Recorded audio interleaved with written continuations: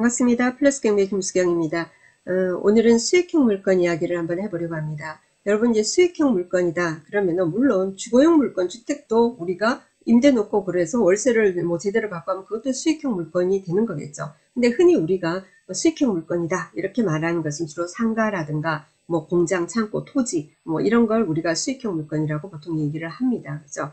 그 중에서 이제 상가 같은 경우에는 구분 상가를 보통 상가라고 보통 생각들을 많이 하시죠.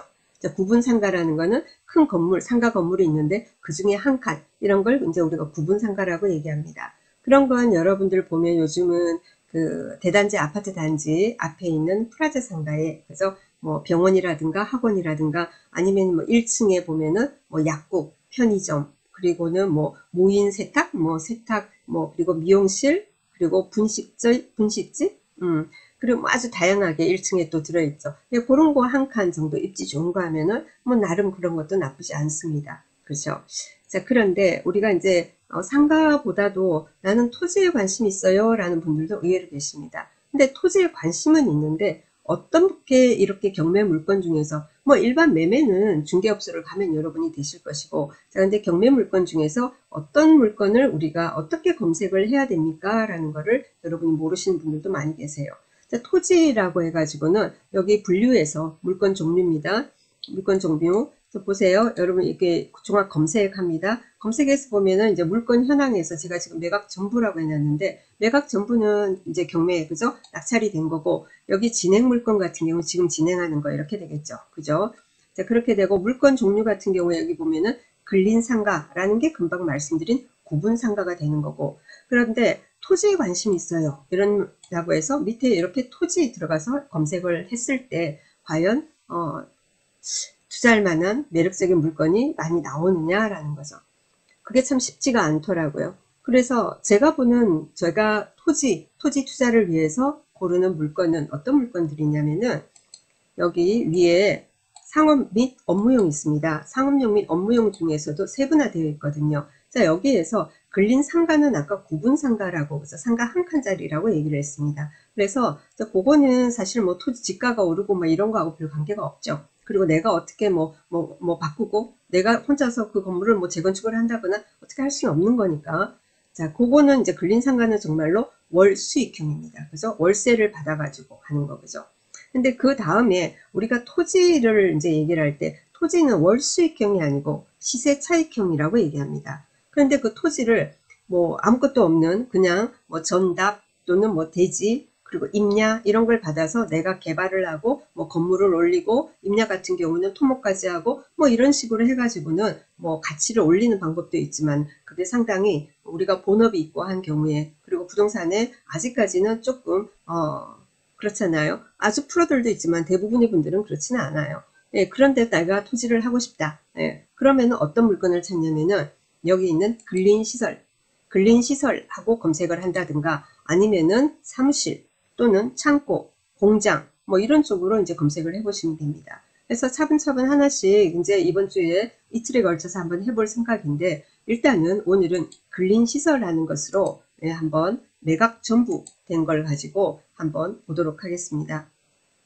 진행되는 거에 대해서는 이렇게 하다 보면은 설명도 끝도 없고 매각 전부를 하는 이유는 뭐냐면은 매각 전부 지금 근린시설로서 매각 전부 그러니까 최근에 낙찰된 물건들 중에는 제가 이제 멤버십 강의를 하는데 멤버십 회원분들에게 추천드린 물건들이 일부 있습니다. 그래서 제가 설명드리기도 좀 쉬울 것 같고 그리고는 제가 하는 라방 쪽에는 어떤 걸 하는지 궁금해하는 또 질문들 문의들 있어서 참고로 하시면 좋을 것 같다 싶어서 매각된 근린시설 물건을 가지고 한번 보고요. 그 다음 쭉 이어서 뭐 토지만 매각이라든가 일반 토지를 입찰을 들어가서는 여러분이 평범한 물건 같은 경우에 수익률을 올리기 어렵습니다. 경쟁률 너무 높아서 그죠?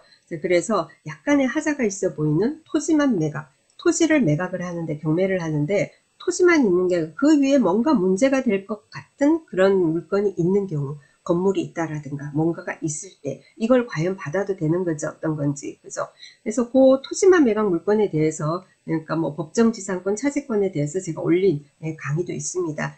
리스트에 있으니까 제 저기에 그 플러스 경매에서 보시면은 쭉 강의 목록에 보면 있을 겁니다. 여러분 관심 있는 거 그런 거 한번 다시 들어보셨으면 좋겠고요.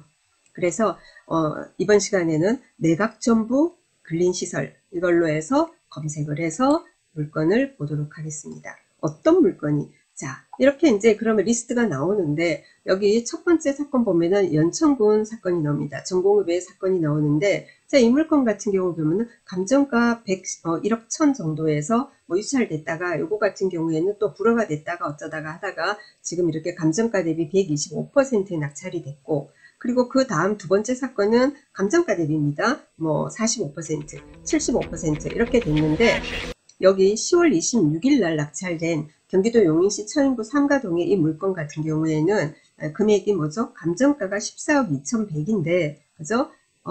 1차에 낙찰이 됐습니다. 감정가 대비 116%에 낙찰이 됐습니다. 그래서 이런 물건을 여러분이 클릭을 해서 공부를 해보셔야 돼요. 처음에 잘 모르는데 무조건 진행되는 걸 가지고 머리 아프게 고민하지 마시고 일단은 여러분이 공부를 하기 위해서는 낙찰된 사건 중에 감정가 대비 1차인데 여러 명이 입찰에 참가했고 높게 낙찰된 사건은 왜 그런지를 분석을 해 나가시다 보면은 그런 물건을 자꾸 보다 보면은 물건을 보는 눈이 높아지실 거라는 생각이 듭니다. 이 물건 같은 경우에도 제가 이제 라방에서 진행했던 사건입니다. 라방에서 안내를 드렸던 물건인데 한번 클릭을 해서 입지라든가 그런 걸 간단히 보도록 하겠습니다. 자, 클릭을 했습니다. 10월 26일 낙찰됐고 보니까 감정가 14억 2,100인데 11명, 1차에 11명이 입찰했고 16억 5,500에 낙찰이 된 사건입니다. 용인시 처인구 사건이고 물건 종별은 근린시설이라고 되어 있지 않습니까? 그래서 자, 근린시설 이 말은 뭐냐면은 이 건물에 주거용이 없고 뭐죠?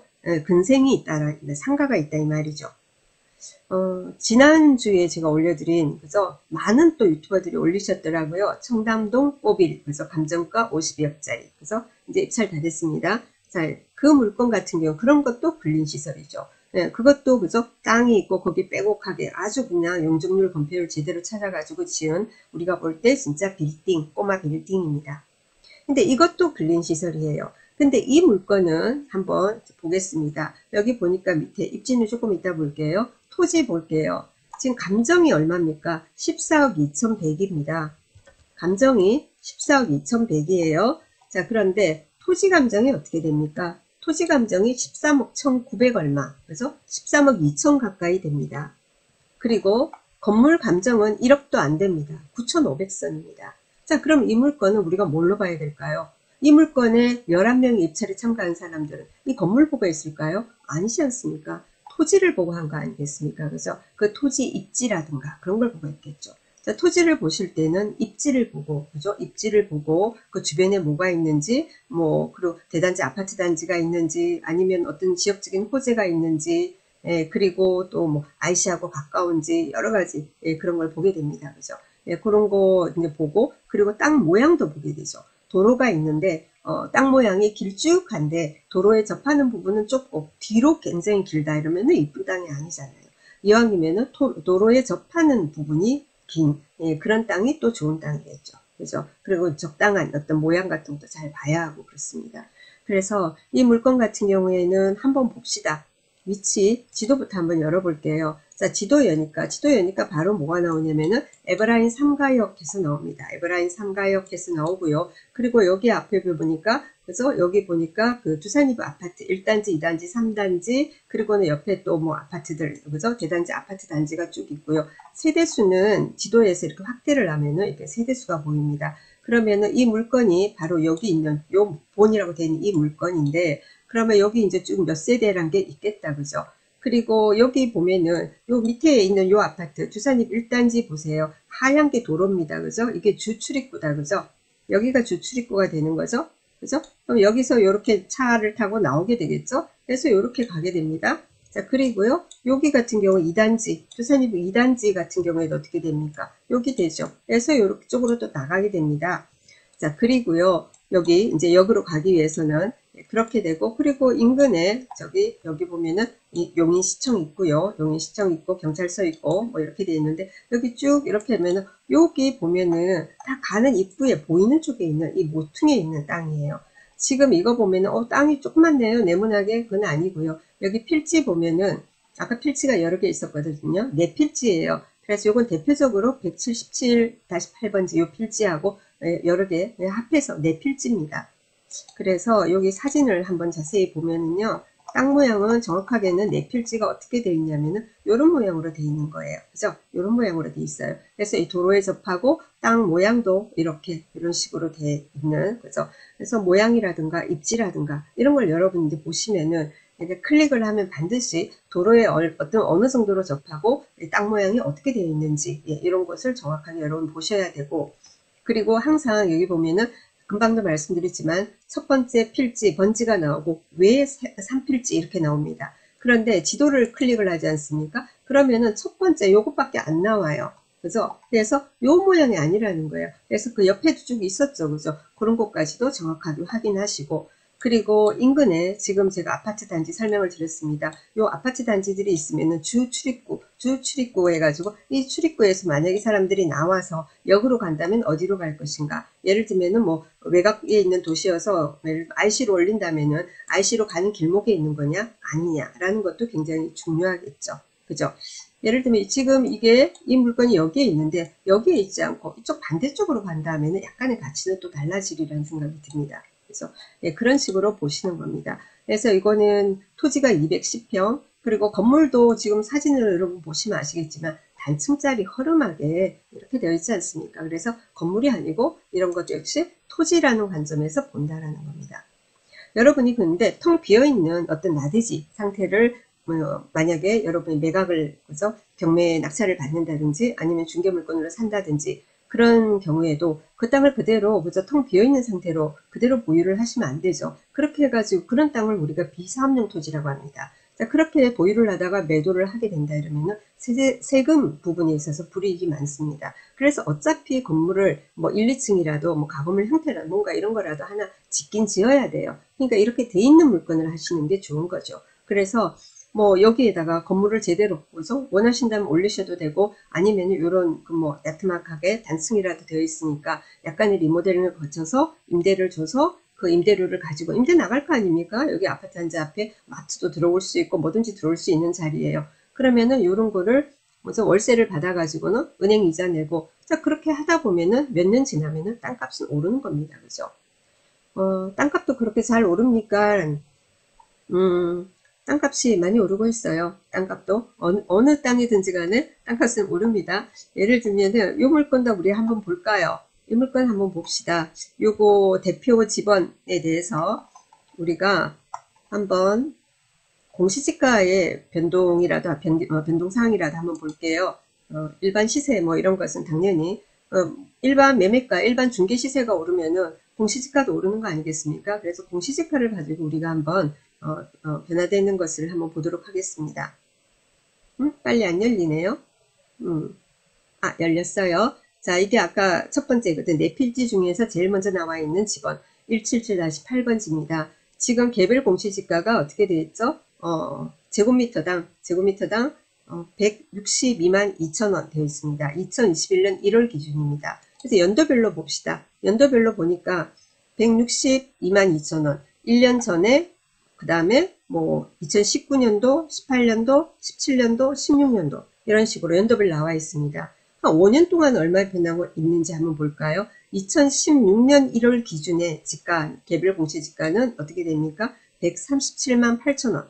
그리고 2021년 1월, 그죠? 5년 후에는 162만 2천원. 이건 이제 개별 공시지가예요. 개별 공시지가하고 일반적으로 우리가 거래되는 중개시세 보면은 뭐 두세 배 정도 차이가 나기도 하고 적게 차이가 나도 보통 뭐 2배 가까이 그죠? 이렇게 됩니다. 그래서 보통 두세 배 이렇게 되니까 개별 공시지가가 이렇게 변동이 있다라는 건 일반 매매가도 당연히 변동이 있고 어떤 경우에는 지금은 굉장히 이거는 변화가 별로 없는 편이에요. 그래서 그 폭이 굉장히 큽니다. 클릭을 해서 보시면은 그래서 아파트만 오르는 게 아니고 땅도 계속해서 오르고 있다라는 겁니다. 그죠?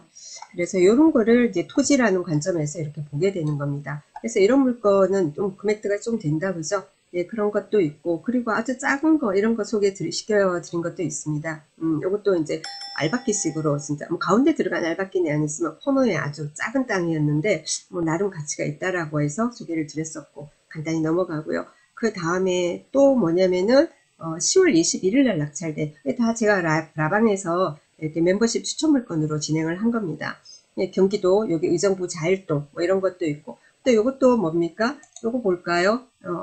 봅시다. 의정부시 자일동 물건인데요. 이 물건의 모양도 이렇게 토지 이렇게 사진 우리 다 클릭하지 않습니까? 요거는 세 필지인데요.